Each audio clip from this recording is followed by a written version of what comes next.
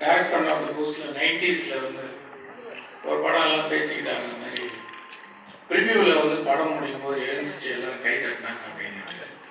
நான் அந்த காலகட்டத்தில் கேள்விப்பட்டேன். இப்போ நிறைய படங்கள் படம் முடியும் எழுந்துச்சு கை தட்டுறாங்க. பட் அந்த காலகட்டத்தில் ஒரு படம் முடியும் எழுந்துச்சு கை தட்டுற படம் வந்து சசி டைரக்ட் பண்ண சொல்லாமலே படம் தான்.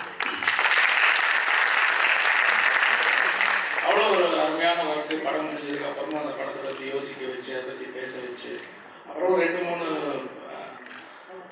விழாக்கள் அவர் மீட் பண்ணேன். சின்ன சின்ன மீட்டிங்ஸ் தான், ஒரு 2-3 மெசேஜ் தான். பட் இன்னும் ரொம்ப நாள் பழகின ஒரு ஃப்ரெண்டு மாதிரி ஒரு அருமையான நண்பர் ஆகிட்டார்.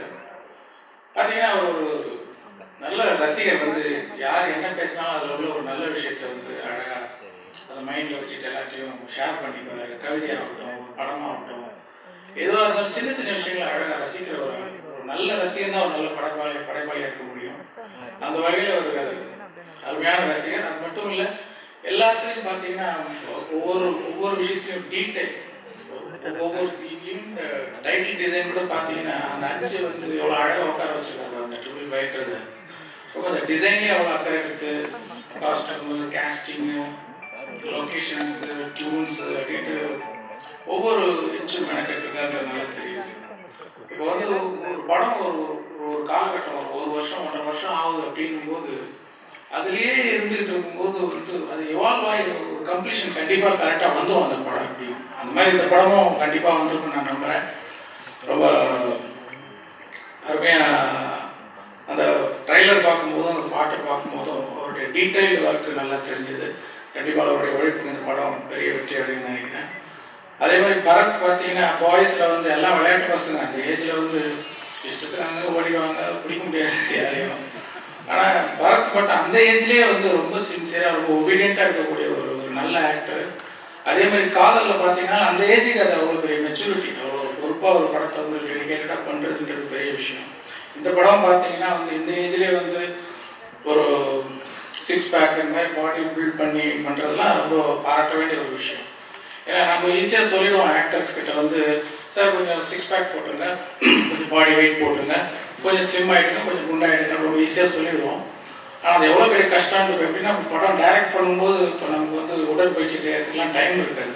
ஸோ ஒரு படம் முடிஞ்சு அடுத்த படம் ஆரம்பிக்கிற கேப்பில் வந்து சரி எக்ஸசைஸ் பண்ணலாம்னு சொல்லிட்டு ஒரு ஜிம் ட்ரெயினர்லாம் வர வச்சு கொஞ்சம் எல்லாம் ட்ரை பண்ணி கொஞ்சம் வெயிட்லாம் குறைய ட்ரை பண்ணுவேன். அப்போ பார்த்தீங்கன்னா அது என்ன கஷ்டம் இல்லைங்க. அதுவும் இந்த ஆப்ஸ் இருக்க 2 காலையில் தூக்கி அந்த ஆப்ஸ் பண்ணும்போது ஐயோ அம்மாலாம் கத்தி வீட்டிலலாம் பசங்களாம் மேலே ஓடி என்ன சத்தம் அப்படின்னு பார்க்குற அளவுக்கு அந்த அளவுக்கு கசக்கி பிழிஞ்சிடும். வந்து ஒரு ஆர்டினரி நம்ம வெயிட் குறைக்கிற ஒரு ஒர்க் அவுட்டு. அப்போ தான் தெரிஞ்சது ஆக்டர்ஸ்லாம் எவ்வளோ கஷ்டம். நம்ம ஈஸியாக சொல்லிடுவோம் ஒரு டேரக்டரை அப்படி பண்ணு அப்படி பண்ணுன்ட்டு. பட் அவ்வளோ ஒரு சிரமமான விஷயம். அதை நானே எக்ஸ்பீரியன்ஸ் பண்ணி பார்த்துருக்கேன். அவ்வளோ ரொம்ப எஃபர்ட் போட்டிருக்காரு பரத்து. அந்த எஃபர்ட்டுக்கு இந்த படம் வந்து கண்டிப்பாக ஒரு மிகப்பெரிய வெற்றியை கொடுக்கணும்னு நான் விரும்புகிறேன். அதே மாதிரி பாடல்கள் பார்க்கும்போதும் ரொம்ப அருமையாக இருந்துச்சு. வந்து பிக்சரைசிங் கூட பார்த்தீங்கன்னா வந்து ஒரு ரொமான்ஸான மாண்டேஜ் ஷாட்ஸ் இருக்கும், இல்லை நல்ல டான்ஸ் பிட்ஸ் இருக்கும். இதை தாண்டி எக்ஸ்ட்ராவாக சின்ன சின்ன நகாசுகள், அதாவது விஷுவல் எஃபெக்ட்ஸ் கூட யூஸ் பண்ணியிருக்காங்க. அந்த பாட்டில் சின்ன சின்ன நகாசுகள் ரொம்ப அழகாக இருந்தது, ரொம்ப புதுசாகவும் இருந்தது, ரொம்ப இன்ட்ரெஸ்டிங்காக இருந்தது. அதே மாதிரி ட்ரெய்லரும் ரொம்ப அருமையாக இருந்தது. இந்த ப்ரொடியூசர், இந்த படத்துடைய ப்ரொடியூசர் வந்து ஸ்வீட்டான ப்ரொடியூசர்ஸ். அது ஒரு 2 வருஷம் தாண்டியும் வந்து ஒரு அன்பாக டேரக்டரோட எல்லாரையும் ரொம்ப ஸ்வீட்டாக பழகிறாங்கன்னா ரொம்ப ஆரோக்கியமான ஒரு விஷயம், பாராட்டப்பட வேண்டிய விஷயம். அவங்களுக்காக அந்த படம் வந்து ஒரு பெரிய வெற்றி அடையணும்னு நான் விரும்புகிறேன். அதே மாதிரி இந்த படத்துக்காக வச்ச சினிமாட்டோகிராஃபர், எல்லா டெக்னீஷியன்ஸு, அப்புறம் அந்த ஹீரோயின் ரொம்ப கலையாக இருக்காங்க, அப்புறம் மொத்தம் சந்தானம், அப்புறம் பாடல் எழுதின முத்துக்குமார், எல்லாருக்கும் அந்த படம் வந்து ஒரு பெரிய வெற்றி அடையணும்ன்ட்டு நான் விரும்புகிறேன், வாழ்த்துறேன். ஒரு ரசிகனாக அந்த ட்ரைலரை பார்க்கும்போது மனசில் உடனே பட்டது வந்து ஒரு கஜினி படம் பார்க்குற மாதிரி, ஒரு அந்நியனுடைய படம் ட்ரைலர் பார்க்குற மாதிரி இருந்துச்சு. கண்டிப்பாக இந்த படமும் கஜினியோட அந்நியனோட மிகப்பெரிய வெற்றி அடையணும்ட்டு நான் வேண்டிக்கிறேன், வாழ்த்துறேன். நன்றி, வணக்கம். எல்லாருக்கும் வணக்கம். முதல்ல எங்கள் குருவை பற்றி சொல்கிறதுக்கு முன்னாடி, அவங்களுக்கு நன்றி சொல்கிறதுக்கு முன்னாடி, இந்த விழாவுக்கு வந்திருந்து எங்களை கௌரவப்படுத்திய அனைவருக்கும் ஒரு பொதுவான நன்றி. பர்டிகுலராக சங்கர் சார், அவரே சொன்ன மாதிரி எங்களுக்கு அதிக பழக்கம் இல்லை, ஆனால் தூரத்தில் ஃபஸ்ட்டு ஜென்டில்மேன் பார்த்த அட்மிரேஷன்லேயே அப்படியே இன்னும் அதே அட்மிரேஷன் இருக்குது. இது வந்து எனக்கு யாருக்கு இருக்குன்னா கமல் சார். நான் சேலத்தில் இருக்கும்போது எப்படி விகடன் படிச்சுட்டு நான் என்ன ஃபீல் பண்ணுறோம், இப்படியெல்லாம் பாடுறாரா, நடிக்கிறாரு, பாடுறாரு, தான் மிருதகம் வசிக்கிறாரு, இப்படி சொல்லி ஒவ்வொரு எப்போ பார்த்தா எப்படி, அதாவது அங்கே இருக்கும்போது என்ன ஆச்சரியம் இருக்கோ அதே ஆச்சரியம் இப்போ பார்க்கும்போது அது அந்த வயத்தை அப்படியே மெயின்டைன் பண்ணுறாரு கமல் சார். அதே மாதிரி டைரக்டரில் நான் பார்த்த அந்த வயரம் வந்து சங்கர் சார் தான். இந்த அட்மிரேஷன் தான் எனக்கு இருக்குது. பட் ஒரு ஹார்ட்லி ஒரு 7 or 8 டைம்ஸ் தான் மீட் பண்ணியிருக்கோன்னு நினைக்கிறேன். ஏதோ ஒரு விஷயம் எங்கிட்டையும் அவருக்கு பிடிச்சிருக்குன்னு நினைக்கிறேன். நான் சும்மா இந்த ஃபங்க்ஷன் கூப்பிடணும்னு சொல்லிட்டு சார் இது மாதிரி எனக்கு ஒரு help happy do me favour sir சொல்லிட்டு ஒரே ஒரு சின்ன எஸ்எம்எஸ் தான் அனுப்பிச்சேன். உடனே ஜஸ்ட் 1 hourல வந்து அவருடைய ஷெடியூல்லாம் செக் பண்ணிவிட்டு ஓகே செஷன் மட்டும் அனுப்பிச்சேன். அந்த என்ன சொல்கிறது, அந்த அந்த எப்படி சொல்கிறது தெரியல, அந்த பெரிய மனசு யாருக்கும் வராது. கிரேட். அதே மாதிரி தான் நான் வந்து என் சைடில் டைரக்டர் சைடில் சங்கர் சார் ட்ரை பண்ணுறேன். பரத் வந்து தனுஷாரை ட்ரை பண்ணியிருக்காரு. இதே சேம் திங் இப்படியே தான் இருந்திருக்கு. பெரிய அவங்களுக்குள்ளே பெரிய இது இல்லை. ஆனால் பஸ் இது சொன்னார், தனுஷார் சொன்னார் இது மாதிரி இது நன்றி எல்லாம் இல்லை, இது வந்து டியூட்டியெல்லாம் கிடையாது அப்படின்னு சொன்னார். பட் அது சொல்கிறதுக்கு பெரிய மனுஷத்தனம் வேணுங்க சார். அப்புறம் நான் ஒரு டைரக்டர் அசிஸ்டன்ட் டைரக்டர் வந்து டைரக்டர் ஆகிற இடத்துல வந்து முக்கியமான ஒரு டிரான்ஸ்ஃபர்மேஷன் நடக்கும். எந்த டைரக்டர்கிட்ட ஜாயின் பண்ணுறாங்களோ அந்த டைரக்டரோட இன்ஃப்ளூயன்ஸ் கண்டிப்பாக இருக்கும். அதில் தப்பிச்சவங்க கொஞ்சம் சில பேர் தான் இருக்காங்க. அப்படி எனக்கு சரணம் பிடிக்கும் எனக்கு. ஏன்னா பாலச்சந்திர சார் எந்த இதுவுமே இருக்காது. மேபி அது நல்லதா கெட்டதா இல்லை வேறு வழியா அப்படியெல்லாம் இல்லை. பட் அந்த இண்டிவிஜுவாலிட்டி இருக்கும். பட் நான் வந்து வசந்த் சார்கிட்ட ஜாயின் பண்ணேன். இப்போ சங்கர் சார் பாராட்டின மாதிரி சின்ன சின்ன மைன்யூட்டாக இருக்கிற விஷயங்களை யோசிச்சிருக்காரு அப்படின்னா அந்த மாதிரி விஷயங்கள் நான் கற்றுக்கிட்டு இருந்தது வசந்த் சார்கிட்ட மட்டும்தான். வசந்த் சார் இல்லைன்னா வந்து நான் சப்போஸ் வேறு யாராவது டைரக்டர் ஜாயின் பண்ணியிருந்தேன்னா என்னுடைய தாட் ப்ராசஸ் மாறி இருக்கும், டெஃபரெண்டாக மாறி இருக்கும். ஸோ இந்த சமயத்தில் எங்கிட்ட இருக்கிற ஒழுக்கத்துக்கும் எங்களுக்கு இந்த மாதிரி படம் தான் பண்ணணும் தன்மைக்கும் அதுக்கு காரணம் பேசிக் வந்து என்னுடைய குரு வசந்த் சார் தான். இதுக்கப்புறம் நான் இன்னொரு கதிர் சார்கிட்ட ஜாயின் பண்ணேன் நான். பட் அவர் என்னை வந்து குரு அப்படிங்கிறத விட நான் அவர்கிட்ட என்னுடைய டைரக்டர் அப்படிங்கிறத விட என்னோட ஃப்ரெண்ட். ஒரு டைரக்டர் வந்து ஒரு ஃப்ரெண்டை எப்படி ஒரு அசிஸ்டன்ட் டைரக்டர் எப்படி நடத்தணும்னு எனக்கு கற்றுக் கொடுத்த குரு Kathir sir. Very great director is. அப்புறம் எனக்காக நீங்கள் வந்து இதில் பார்ட்டிசிபேட் பண்ண S A. Chandrasekaran sir, Dhananjayan sir, Ameer sir,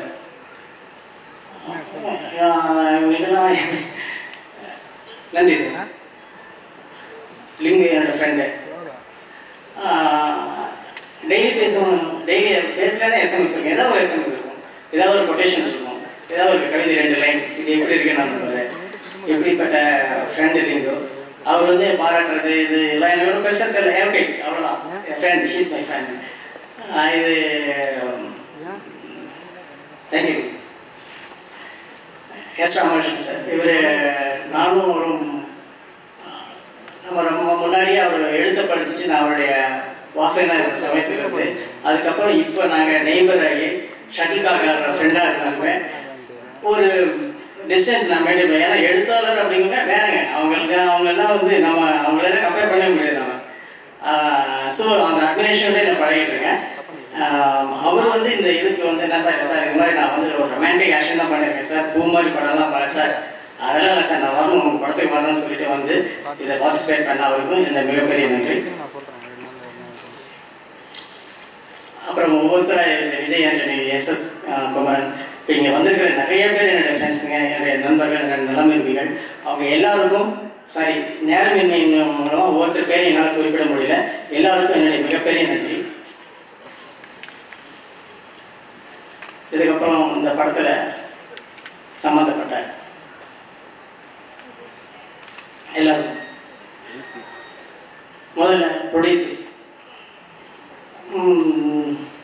அதான் ஒரு டேஸ்டான ப்ரொடியூசர்ஸ் கிடைக்கிறதுங்கிறது என்ன புரிஞ்சுக்கிட்டேன் இந்த படத்தை. அதாவதுங்க இந்த படம் கதை சொன்ன பிறகு இந்த படத்துக்கு இவ்வளோதான் ஸ்பெண்ட் பண்ண முடியும்னு ஒரு ப்ரொடியூசர் நினைச்சிருந்தா இன்னைக்கு சங்கர் சார் சொன்ன மாதிரி இந்த டீட்டெயிலாம் வந்திருக்காரு.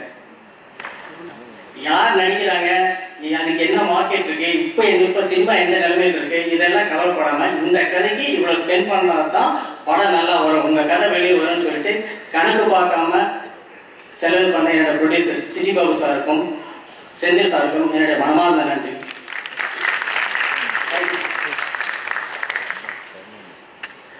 என்னை கோஆப்ரேட்டிவ் மோகன் பாபு சார், அவரையும் இங்கே குறிப்பிடுவேன். அவர் வந்து நல்ல ஃப்ரெண்ட். அவர் எனக்கு இந்த ப்ரொடக்ஷன் விஷயத்தில் ரொம்ப ஹெல்ப் பண்ணியிருக்காரு. அவருக்கும் என்னுடைய நன்றி. இந்த விழாவின் நாயகன் சைமன், ஒரு நான் மியூசிக் டேரக்டர் நிறைய பேர் இன்ட்ரடியூஸ் பண்ணுறதுனால நிறைய மியூசிக் டேரக்டர்ஸ் டெமோ சீடி கொடுத்துட்டு போவாங்க. இவர் அப்படி ஒரு டெமோ சீடி கொடுத்துட்டு போனார். அதில் பார்த்த கடைசி சாங் வந்து எனக்கு பயங்கரமாக அட்ராக்ட் பண்ணிச்சு. பின்னாடி பார்த்தா நம்பர் இருந்தது. அவர் போய் வீட்டில் எங்கே இருக்கீங்கன்னு கேட்டேன். இந்த வீட்டில் உங்கள் வீட்டு சீடி கொடுத்து வந்து வீட்டில் இறங்குறேன் சார், இறங்காதீங்க நேரம் ஆஃபீஸ் வாங்க அப்படின்னு. அதில் இருக்கிற சாங் வந்து இப்போ நீங்கள் கேட்ட இந்த இளவு சாங் அப்படின்னு ஒரு சாங், அந்த இளவு தான் அவருக்கு ஒரு வாழ்க்கை கொடுத்துருக்கேன். அது ஒரு யூனிக்னஸ் இருக்கும். நீங்கள் படத்தோட பார்க்கும்போது இன்னும் வந்து ஜஸ்ட் பக்கா உட்காந்துருக்கிற அந்த சாங் அப்படின்னு நீங்கள் நினைப்பீங்க.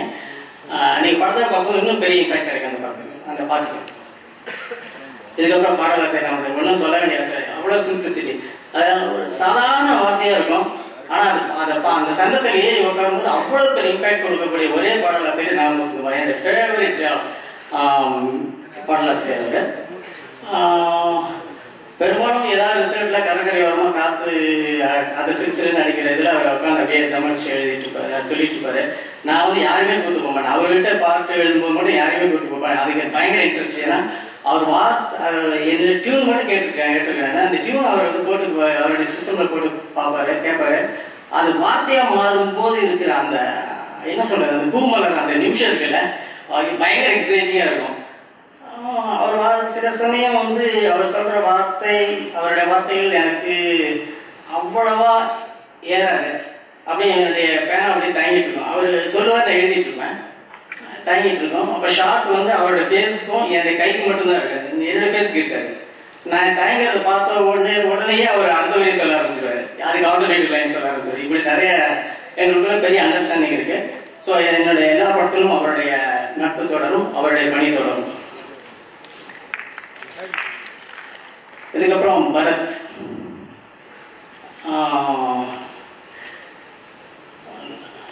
இந்த 6 பேக் இந்த விஷயங்கள் எல்லாம் மீறி அவருடைய பெர்ஃபார்மன்ஸ் வந்து இந்த படத்தில் வந்து வெகுவாக போடப்படும். சே சமய போடுங்க அப்படின்னா அப்படிங்கிற பெரிய வார்த்தை அவங்க எல்லாத்துக்கும் வரும். எல்லா மீடியா ரிவ்யூ எல்லாத்துலேயும் பரத்துடைய இது வந்து பர்ஃபார்மன்ஸ் பற்றி நிறைய எழுதுவீங்க. அது இந்த படம் பார்க்கும்போது உங்களுக்கு தெரியும். இந்த படத்துக்காக நம்ம வந்து பரத் அப்படிங்கும்போது வந்து நிறைய ஒரு நெகட்டிவ் இது இருந்துச்சு முன்னாடி. அதை பற்றியெல்லாம் கவலைப்படாம பரத் வந்து பெரிய பெரிய பரத், இந்த படம் வந்து நம்ம எல்லாருக்கும் லைஃப் பரத் அப்படின்னு சொன்ன ஒரே ஒரு விஷயத்தை எடுத்துக்கிட்டு அவருடைய டிரான்ஸ்ஃபர்மேஷன் இருக்குல்ல, சத்தியமா பரத்தை தவிர வேற யாரை நான் போட்டிருந்தாலுமே இந்த இம்பாக்ட் எனக்கு கிடைச்சிருக்காது. தேங்க்யூ, கிடைச்சிருக்கு. தேங்க்யூ. இதுக்கப்புறம் மிருத்திகா, எரிகா, ரெண்டு பேரும் அழகாக இருக்காங்கன்னு மட்டும் சொல்றீங்க. ஆனால் அற்புதம், ரொம்ப நல்லா நடிச்சிருக்காங்க. 2 பேரும் அவங்க கேரக்டர் ரொம்ப நல்லா நடிச்சிருக்காங்க. இப்போ நீங்கள் படம் பார்க்குறப்ப ட்ரைலர் மட்டும் தான் பார்க்குறீங்க, அதனால் பாட்டு பார்த்துருக்கீங்க அவ்வளோதான். பட் படமாக பார்க்கும்போது 2 ஹீரோயின்ஸ் வந்து நல்ல ஹீரோயின்ஸ் கிடச்சிருக்காங்க அப்படின்னு நீங்கள் என்னை அப்ரிஷியேட் பண்ணுவீங்கன்னு நினைக்கிறேன், நம்புகிறேன். சைமனுக்கு அப்புறம் நான் இந்த படத்தில் இன்ட்ரடியூஸ் பண்ணுறேன் சினிமாட்டோகிராஃபர் சரவணன் அப்படின்னு அப்படின்ட்டு. ஒரு 7 மினிட்ஸ் ஷார்ட் ஃபிலிம் கொண்டு கொடுத்தாரு. ஒரு மத்தியான வேலையில் கொண்டு கொடுத்தா நான் போட்டு பார்த்தோம்னா அதில் இருக்கிற ஃப்ரேமிங் சென்ஸு, அப்புறம் எல்லா ஃப்ரேம்லேயும் ஒரு கன்சிஸ்டன்சி வந்து எனக்கு ரொம்ப பிடிச்சது. உடனடியாக கூப்பிட்டு ஜஸ்ட் ஒரு 1 ஹவரில் மொட்டை மாடியில் உட்காந்து கதை சொல்ல ஆரம்பிச்சிட்டேன். அன்னைக்கு ஜஸ்ட் அந்த 7 மினிட்ஸ் பார்த்து எனக்கு இந்த இம்பாக்ட் வந்து 2.5 நிமிஷம் 2.5 மணி நேரம் ஓடுற படத்துலையும் இந்த சேம் இம்பாக்டை கொடுத்துருக்காரு. தேங்க்யூ சரவணன் அப்படின்னும். எடிட்டர் சுபாரன், இவரும் இந்த படத்தில் அறிமுகமானாரு. இது கூட ஒரு சேனல் ஒர்க் பண்ண நியூஸ் எடிட்டர் ஒர்க் பண்ணிட்டு இருந்தாரு. ஒரு ஆக்ஷன் படத்துக்கு வந்து ரொம்ப முக்கியமான விஷயம் வந்து எடிட்டிங்.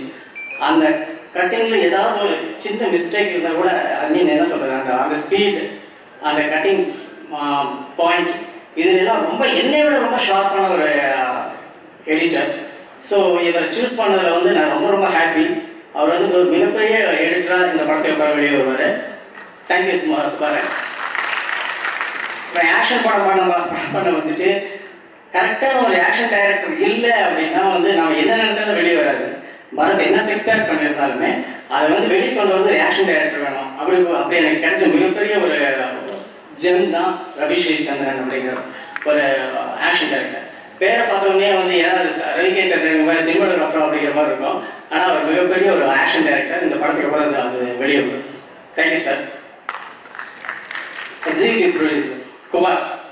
இந்த படம் இவர் என்னை வந்து எங்கள் ப்ரொடியூசர்ஸை கொண்டு போய் இன்ட்ரடியூஸ் பண்ணதுலேருந்து இன்னைக்கு வரைக்கும் இந்த படத்துக்கும் எனக்கும் இந்த படத்தில் எனக்கும் ப்ரொடியூசருக்கும் பாலமாக இருந்து இந்த படம் ஒரு பெரிய லெவலில் வரணும் அது மட்டுமே கருத்தில் வச்சுக்கிட்டு இந்த படத்துக்காக எனக்காக ஹெல்ப் பண்ணுற ப்ரொடியூசருக்காகங்கிறது அவருக்கு தெரியாது. எங்கள் இந்த படத்துக்காக டோட்டலாக அர்ப்பணிச்சுக்கிட்ட ஒரு எக்ஸிக்யூட்டிவ் ப்ரொடியூசர் குமார். அவருடைய உதவியாளர்கள் ப்ரொடக்ஷன் மேனேஜர் ராமூர்த்தி, ராவுபால் பாராமுடைய சந்துரு, இவங்க எல்லாருக்கும் என்னுடைய நன்றி. கோரியோகிராஃபர்ஸ் ஸ்ரீகேஷ் பிரசன்னா, சதீஷ், இந்த கதையை முதல்ல எனக்குள்ள பூத்தின ரைட்டர்ஸ் அரவிந்த் சுரேஷ், இவங்க என்னுடைய அசிஸ்டன்ஸ், இவங்க எல்லாருக்கும் இவங்க 2 பேருக்கும் என்னுடைய தேங்க்ஸ். அப்புறம் இந்த படத்தில் ஸ்டில்ஸ் பூபதி, டிசைனர் ஜோசப், இந்த 5 கொண்டு போய் அப்படி உள்ள வச்சார்ல அந்த டிசைனர் ஜோசப் ஜாக்சன், இவங்களுக்கு மேக்கப் வேல்முருகன். நான் நிறைய பாம்பேலேருந்துலாம் மேக்கப் ஆர்டிஸ்ட்டை வரவழைச்சி செக் பண்ணி பார்த்துட்டு பரத்துக்கான மேக்கப் வந்து கரெக்டாக ஸ்கார் ஃபுல்லாக படம் ஃபுல்லாக த்ரூ அவுட்டாக மெயின்டைன் ஆகணும். அது ரொம்ப அழகாக பண்ண அந்த வேல்முருகன் வந்து அவர் பர்சனல் மேக்கப் மேன். நான் மற்றவங்ககிட்ட கிடைக்காத வெளியே பாம்பேலே கிடைக்காத ஒரு திறமை வந்து இங்கே இருக்குதுன்னு சொல்லி ஆச்சரியப்பட்டேன். தேங்க்ஸ் வேல்முருகன். அப்புறம் என்னுடைய பத்திரிகையாளர் நண்பர்கள், ஊடக நண்பர்கள், இவங்க எல்லாத்தையும் எஃப்எம் நண்பர்கள், இவங்க எல்லாத்தையும் என்ன கொண்டு போய் சேர்த்த நிக்கில், இவருக்கு என்னுடைய நன்றி. கடைசியாக இவங்க சொல்ல மாட்டேன்னா நான் எனக்கு மன்னிப்பு கிடைக்காது. அது வந்து என்னுடைய உதவி இயக்குநர்கள் அசோசியேட் டைரக்டர்ஸ் மகேஷ். இவங்ககிட்ட ஒரு விஷயத்தை சொல்லிட்டு மறந்துடலாம், அது நடந்துடும், அவ்வளோதான். இவங்க ஒரு விஷயத்தை சொல்லிட்டு நடந்தால் அவன் தூங்க மாட்டான், சாப்பிட மாட்டான், ஆனால் வந்து அந்த விஷயம் நடந்துருக்கும். இந்த மகேஷ் கிடைக்கிறது நான் கொடுத்து வச்சிருக்கணும். இதுக்கடுத்து லோகேஷ் பாப்பா எனக்கு வந்து ரொம்ப என்ன சொல்றேன்னா, இவன் ஒரு சஜஷன் சொல்லிட்டான் அப்படின்னா அது ஆணித்தரமாக இருப்பா. அப்படி இல்லைங்க சரியில்லை அப்படின்னு சொல்லி நவுண்டா கூட சரி செக் பண்ணி பார்ப்போம் அப்படின்னு லோகேஷோட வார்த்தையை செக் பண்ணி பார்க்க தோணும். அவருடைய கருத்தில் வந்து அவ்வளோ உறுதியாக இருக்கிற லோகேஷ். ஒரு கூடுதல் ப்ளஸ் என்னன்னா இந்த படத்துக்கு காஸ்டியூம் டிசைன் பண்ணிக்கிறது லோகேஷ் தான். ஸோ ஒரு அசிஸ்டன்ட் டைரக்டர் வந்து காஸ்டியூம் டிசைன் பண்ணுறதுக்கு அவ்வளோ சாதாரண விஷயம் இல்லை, அவ்வளோ பொறுப்பாக பண்ணியிருக்காரு. மகேஷும் லோகேஷும் கிடைச்சது எனக்கு ரொம்ப ரொம்ப சந்தோஷம். இதுக்கப்புறம் சதீஷ் ஒரு கமர்ஷியல் பாயிண்ட்டை எனக்கு கமர்ஷியலாக யோசிக்கிற அதே சமயத்தில் வந்து டெக்னிக்கலாகவும் யோசிக்கிற ஒரு அசோசியேட் டைரக்டர் வந்து சதீஷ். கூட ராகவ் ரொம்ப பிரில்லியண்டான ஃபிலிம். இதே மாதிரி எனக்கு கிடைச்ச டாக்டர் ரோஜர் பினி டாக்டராக இருந்துக்கிட்டு என்கிட்ட வந்து அசிஸ்டண்டாக ஒர்க் பண்ணிட்டு ஏன்னா ஒரு டாக்டர்லாம் இப்படி போட்டிதெல்லாம் இருக்கிறாரு படிக்கிறாரு அப்படின்லாம் இல்லாமல் ரொம்ப கூட ஒரு கடைசி அசிஸ்டன்ட் டைரக்டர் மாதிரி ஒர்க் பண்ண ரோஜர் பினி, பட்டாபிராம், அப்புறம் அரவிந்த் சுரேஷ், இவங்க எல்லாருக்கும் என்னுடைய நன்றி நன்றி நன்றி. இதில் யாரையாவது நான் விட்டுருந்தேன் அப்படின்னா என்னை மன்னிச்சுக்கோங்க. தெரியாமல் பண்ணியிருப்பேன். வழக்கம் போல் என்னுடைய எல்லா படத்தையும் என்னுடைய வெற்றிக்கு அடித்தளமான பத்திரிகையாளர் நண்பர்கள், எஃப்எம் நண்பர்கள், ஊடக நண்பர்கள் எல்லோருக்கும் என்னை நன்றி.